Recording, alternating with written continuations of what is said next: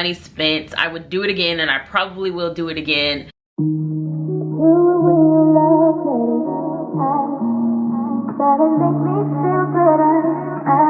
What's up, guys? Welcome back to my channel. XO Sheba here. If you're new to my channel, hello and welcome. And if you're an OG subscriber, what's good?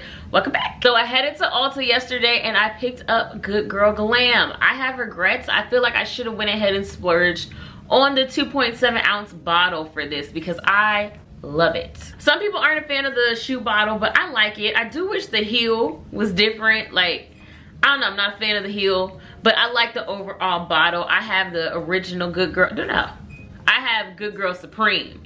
I wasn't a fan of the original Good Girl, to be quite honest. I just thought it was okay. It wasn't bad, but it was just okay. Good Girl Supreme stood out to me. Very Good Girl also stuck out to me, but I didn't love it enough to buy it since I already had Good Girl Supreme. But Very Good Girl Glam, yes. This is the box that it came in, your standard Good Girl box, but it does have the pink glam on it to let you know that you're getting the Very Good Girl Glam. So of course I was excited, so I put it on yesterday, so I have smelled it and worn it and everything so I can give you a full review. So the top notes are black cherry and bitter almond, the middle notes are rose and lily, and the bottom notes are vanilla bourbon and vetiver. The top three standout notes within this are the black cherry, rose, and vanilla bourbon. As soon as you spray it, the black cherry is going to hit you and you're gonna love it if you like fruitier scents. At first, when I first tried on the roll-on in the store, was like, I don't know. It was kind of starting to smell grapefruity-ish to me with the roll-on, and I was like, I don't know for sure. But the dry down won me over. But when I sprayed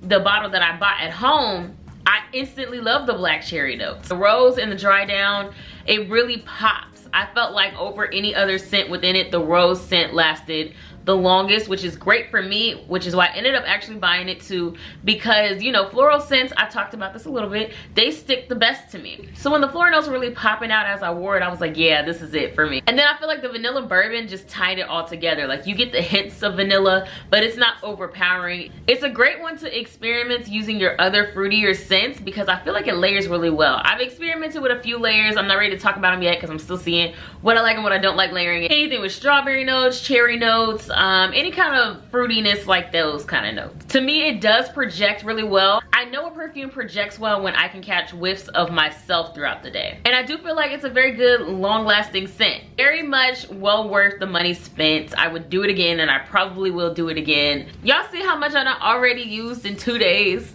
See, me, I'm a heavy sprayer, so I always opt for the bigger bottles, but I was just scared because sometimes when the notes are on the fruitier side, sometimes they just don't stick to me very well. So I was like, let me just test this out in a small, but next time I'm getting a large. Anyways, thank you guys so much for watching. Hope this helped you decide if you want Good Girl Glam or not, and I will see you guys in my next video. Bye.